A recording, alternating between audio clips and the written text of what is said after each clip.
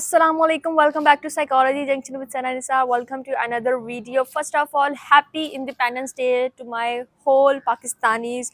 बच्चे जवान बड़े बूढ़े सबको बहुत ज़्यादा जश्न आज़ादी मुबारक। आज की वीडियो सिर्फ और सिर्फ इस चीज़ पे है कि how to be a psychologist in Pakistan forces, either it is army, it is navy और इट इज़ एयर फोर्स। किसी भी फोर्स के अंदर हर फोर्स का जो है कुछ एलिजिबिलिटी क्राइटेरियाज मिलते जुलते हैं, सिलेक्शन क्राइटेरियाज उनके कहीं ना कहीं ओवरलैप्ड हैं, जर्नल रिक्वायरमेंट्स तकरीबन सेम है, बस थोड़ा बहुत फ़र्क आता है। एज लिमिट का फ़र्क आ सकता है, कहीं पे फीमेल्स के लिए ऑप्शंस हैं, कहीं पे नहीं हैं, कहीं पे फीमेल्स के लिए जो ऑप्शंस हैं वो ऑन चांस हैं, ठीक है। सो यहाँ पे थोड़ा सा फ़र्क आएगा। आज की मेरी वीडियो के अंदर अगर आपको थोड़ा सा बैकग्राउंड नॉइज़ आ रहा है, ये बाजो वगैरह का, ये फायरवर्क्स का, तो ये थोड़ा सा आज बेयर करना पड़ेगा। इवन दो मैंने नॉइज़ कैंसलेशन डिवाइस भी यूज़ की हुई है, लेकिन फिर भी ये कहीं ना कहीं नॉइज़ क्योंकि बहुत ज़्यादा है तो थोड़ा सा आएगा, सो प्लीज़ बेयर इट। हाँ, ओके। फर्स्ट ऑफ ऑल अगर हम पाकिस्तान आर्मी की बात करते हैं, अगर मैं आपको आर्मी पे जाने से पहले आई थिंक मुझे थोड़ा सा जनरल रिक्वायरमेंट्स के बारे में बता देना चाहिए जो तीनों फोर्सेस के लिए रिक्वायर्ड है, ठीक है। आपका इंटरव्यू लाजमी होगा, आपका मेडिकल टेस्ट लाजमी होगा, मेल्स के लिए अलग होता है, फीमेल्स के लिए अलग होगा, ठीक है। उसके बाद आपकी इंटरव्यू लाजमी होगी, आपकी साइकोलॉजिकल इवैल्यूएशन लाजमी होगी, ठीक है। आपकी एप्टीट्यूड इवैल्यूएशन भी होती है, ठीक है। तो ये कुछ जर्नल रिक्वायरमेंट्स हैं जो कि आपको मीट करनी ही पड़ेंगी। अगर आप इनमें से किसी एक स्टेज के भी क्राइटेरिया पे पूरे ना उतर सके या आप उस क्राइटेरिया को मीट ना कर सके तो आप वहीं पे डिस्क्वालीफाइड हो जाएंगे, ठीक है। सो सबसे पहले हम पाकिस्तान आर्मी की बात कर लेते हैं। पाकिस्तान आर्मी में दो पाथवेज हैं, ठीक है। अगर मेल्स के लिए बात की जाए उसमें मेल्स के लिए तो कंपलसरी है ही है, वो होगा ही होगा, लेकिन फीमेल्स ऑन चांस हैं। This is short service commission और it is also non age direct short service commission, DSSC, ठीक है। दूसरा आपके पास जो है पॉइंट है, जो पाथवे है दूसरा, जो कि सिर्फ फीमेल्स के लिए स्पेसिफाइड है, this is lady cadet course. इसके अंदर बहुत सारे कोर्सेज हैं। अगर आप आर्मी की वेबसाइट पे जाएंगे ना तो वहाँ पे जाके आप लेडी कैडेट कोर्स का जो सेक्शन है उसको रीड आउट करें तो आप में इसके अंदर आपको इंजीनियरिंग की फील्ड्स भी नज़र आती हैं, आपको इसमें कंप्यूटर की फील्ड्स भी नज़र आती हैं, इसमें आपको बेशुमार फील्ड्स नज़र आएंगी, ठीक है। सो ये दो आपके पास पाथवेज आते हैं। Lady cadet course is specified for the females, ठीक हो गया।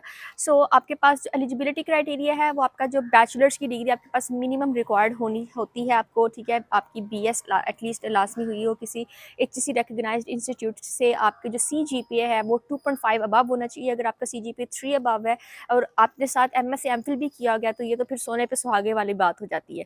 उसके बाद आपके पास जो है एज लिमिट जो है वो आपकी मैक्सिमम 28 ईयर्स आ रही है। हो सकता है ऑन द एडवर्टाइजमेंट आपको कोई थोड़ी बहुत 2-3 साल की रिलैक्सेशन अगर उन्होंने मेंशन की हो तो हो सकती है। सेकेंडली अगर हम इसका प्रोसीजर देखें तो वो प्रोसीजर ये है कि जब आपकी जो सीट्स वगैरह ओपन होती हैं, ठीक है, इसकी कोई स्पेसिफिक डेट नहीं मुझे एज सच मिली, लेकिन वक्तन फ़वक्तन ये कहीं ना कहीं ओपन ज़रूर होती हैं, ठीक है। ये सारा प्रोसीजर जो है ना ISB के सिलेक्शन के अंडर आएगा। सो फर्स्ट ऑफ ऑल आप जो है ना डॉक्यूमेंट्स के लिए अप्लाई करते हैं, ठीक है। डॉक्यूमेंट्स के अप्लाई करने के बाद अगर आपका वो क्राइटेरिया फुलफिल होता है सो आपको रिटर्न टेस्ट के लिए शॉर्ट लिस्ट किया जाता है। रिटर्न टेस्ट के अंदर जो है आपके पास वो सब्जेक्ट बेस्ड MCQs होंगे, ठीक है। उसके बाद जो है आपके इंटेलिजेंस रिलेटेड क्वेश्चंस होते हैं, एप्टीट्यूड रिलेटेड क्वेश्चंस होते हैं, उसमें कुछ साइकोलॉजिकल इवैल्यूएशन रिलेटेड भी MCQs होते हैं। अगर आप वहाँ पे क्लियर आउट हो जाते हैं, आप पास आउट होते हैं, तो नेक्स्ट आपकी स्टेज इंटरव्यू की है, आपको इंटरव्यू के लिए कॉल की जाती है, ठीक है। अगर आप इंटरव्यू की स्टेज क्लियर करते हैं फिर आपका मेडिकल और फिजिकल टेस्ट किया जाता है, ठीक है। मेडिकल टेस्ट जो है वो तो ओवरऑल सेम होगा, लेकिन वो फिजिकल टेस्ट में चीज़ें आती हैं, फिजिकल एग्जामिनेशन में, तो उसमें मेल्स और फीमेल्स के लिए रिक्वायरमेंट्स थोड़ी अलग अलग होती हैं, वो एडवर्टाइजमेंट पे भी मेंशन हुआ होता है, ठीक है। उसके बाद जब आप ये सारी चीज़ें क्लियर करते हैं देन आप ISB के लिए जाते हैं। अगर आपकी रिक्रूटमेंट उसके अंदर हो जाती है, जो कि 6 महीने की ट्रेनिंग होती है वहाँ पर, अगर आपकी वहाँ से रिक्रूटमेंट होती है, आपकी सिलेक्शन ISB में हो जाती है, देन जो है आपकी जो ट्रेनिंग है वो 6 वीक्स चलती है और वो आपकी PMA में चलेगी, पाकिस्तान मिलिट्री अकेडमी के अंदर।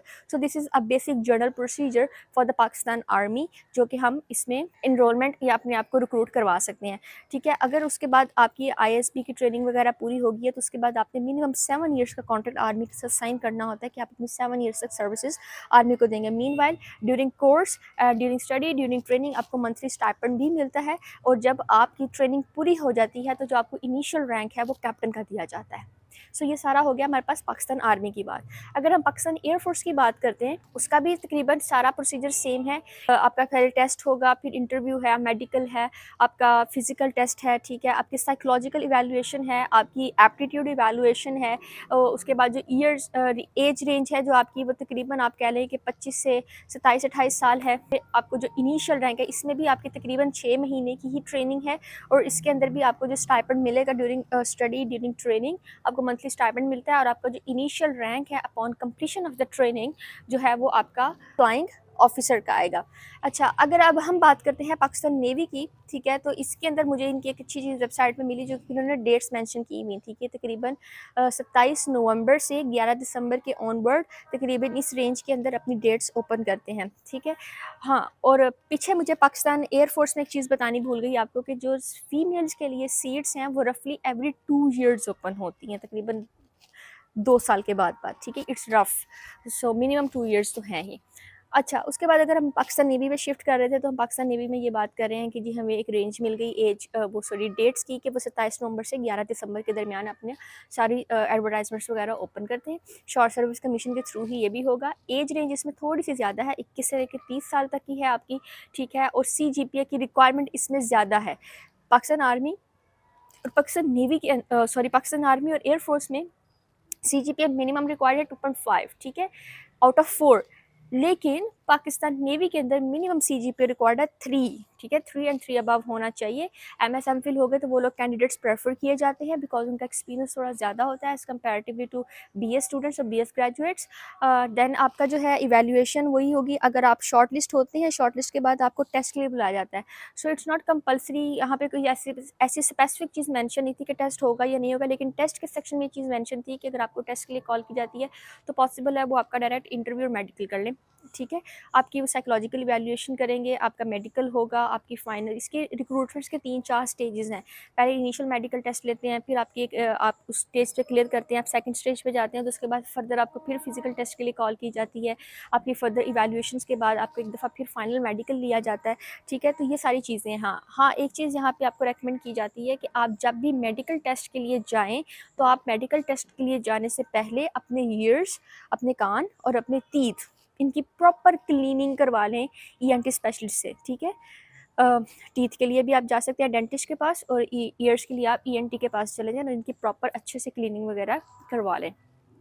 तो इसके बाद ये सारा स्टाइपेंड भी तकरीबन इसमें आपको 30,000 प्लस स्टाइपेंड आपको मंथली मिल जाता है, और लमसम इसकी कोई सैलरी बन जाती है रफली it's 2 to 3 lakhs per year lump sum है, ठीक है। सो बाकी अलाउंसेस वगैरह जो होते हैं वो तो डेफिनेटली आर्मी की हों या एयरफोर्स की हों या नेवी की हों, वो अलग से इंक्लूड होते हैं, वो डिफरेंट हो सकते हैं। आर्मी के अलग हो सकते हैं, एयरफोर्स के अलग हो सकते हैं, नेवी के अलग हो सकते हैं। सो ये एक बेसिक ओवरऑल प्रोसीजर सा।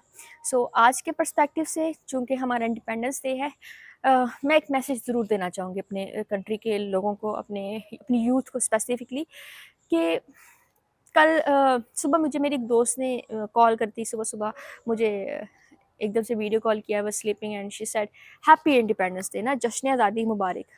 उस वक़्त मेरे जहन में ख़्याल आया, क्या हम वाकई ही आज़ाद हैं? हम हकीकतन आज़ाद हैं?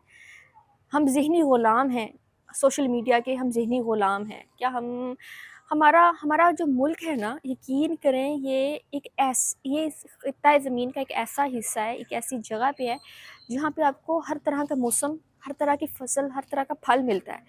इसकी मिट्टी इतनी ज़रख़ेज़ है, ठीक है। हम लोग भाग रहे हैं, हमारी यूथ आहिस्ता-आहिस्ता ये मुल्क छोड़ के भाग रही है। वजह उसकी ये है हमारे मुल्क का निज़ाम, हमारे मुल्क में होती हुई करप्शन, ठीक है। हर जगह, हर डिपार्टमेंट, हर सेक्शन में करप्शन इन्वॉल्व है। प्लीज़ अपने मुल्क के निज़ाम को बेहतर करें। ब्लॉकचेन का कॉन्सेप्ट सुना है? जो लोग डेवलपिंग करते हैं ना, वेब डेवलपिंग करते हैं, कोडिंग सीखते हैं, उनको ब्लॉकचेन का कॉन्सेप्ट ज़रूर होगा। वो एक ऐसी चीज़ है कि आप एक बंदे को आपने कोई इन्फॉर्मेशन दी है, वो चेन वाइज़ चल रही है। अगर बीच में से किसी चेन का पार्ट कोई मिस भी होता है, तो आप उस जहाँ से वो मिस है उसका एक एंड और अगली चेन का दूसरा एंड आप देख के अपना अंदाज़ा लगा सकते हैं कि यहाँ से कौन सा पार्ट, जो हमारी मेमोरी का कौन सी चीज़ या हमारे रिकॉर्ड की कौन सी चीज़ मिसिंग है, ठीक है। तो ब्लॉकचेन को इस्तेमाल करें अपने मुल्क के अंदर, अपने मुल्क के लिए रिस्पॉन्सिबल बनना सीखें, अपने आप को रिस्पॉन्सिबल बनाएं। सिर्फ अपने अंदर एक ऑनेस्टी का एलिमेंट ले आएँ, सिर्फ ऑनेस्टी का, सच बोलना सीख लें और ऑनेस्टी का एलिमेंट ले आएं। यकीन करें, अगर 10 लोग भी खड़े हुए हैं ना और उन 10 में से एक बंदे ने भी, दरमियान में से किसी एक बंदे ने भी डिसऑनेस्टी करना छोड़ी या झूठ बोलना छोड़ दिया, तो यकीन करें ये डिसऑनेस्टी करप्शन की चेन तो वहीं पे कट ऑफ हो जाएगी। लेकिन अनफॉर्चुनेटली हमारे मुल्क में इस तरह का जो भी काम करना शुरू करता है उसको या तो दबा दिया जाता है या घुमा दिया जाता है, या उसको इतना टॉर्चर करते हैं साइकोलॉजिकली कि हर बंदे का बस की बात नहीं है। लेकिन कहते हैं ना, पांचों उंगलियां बराबर नहीं होती। और वो कहानी सुनी हुई है ना, वो लकड़हारे वाली, जो अपने बच्चों को अलग अलग स्टिक्स भी देता है तोड़ने के लिए, उनको बंडल बना के भी देते हैं। तो उससे एग्जाम्पल लें, सो सॉरी फॉर दिस, उसके एग्जाम्पल लें, उसकी एग्जाम्पल लें, उस मॉरल स्टोरी से सीखें कि जब तक हम यकजा रहेंगे हमारा कोई कुछ नहीं बिगाड़ सकता। अपने मुल्क के लिए खड़ा होना सीखें, अपने मुल्क के लिए लड़ना सीखें, अपने मुल्क के लिए ख़ुद को रिस्पॉन्सिबल बनाना सीखें।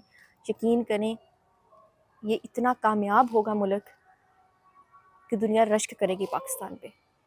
पाकिस्तान जिंदाबाद, पाकिस्तान पाइंदाबाद। अल्लाह हाफ़िज़।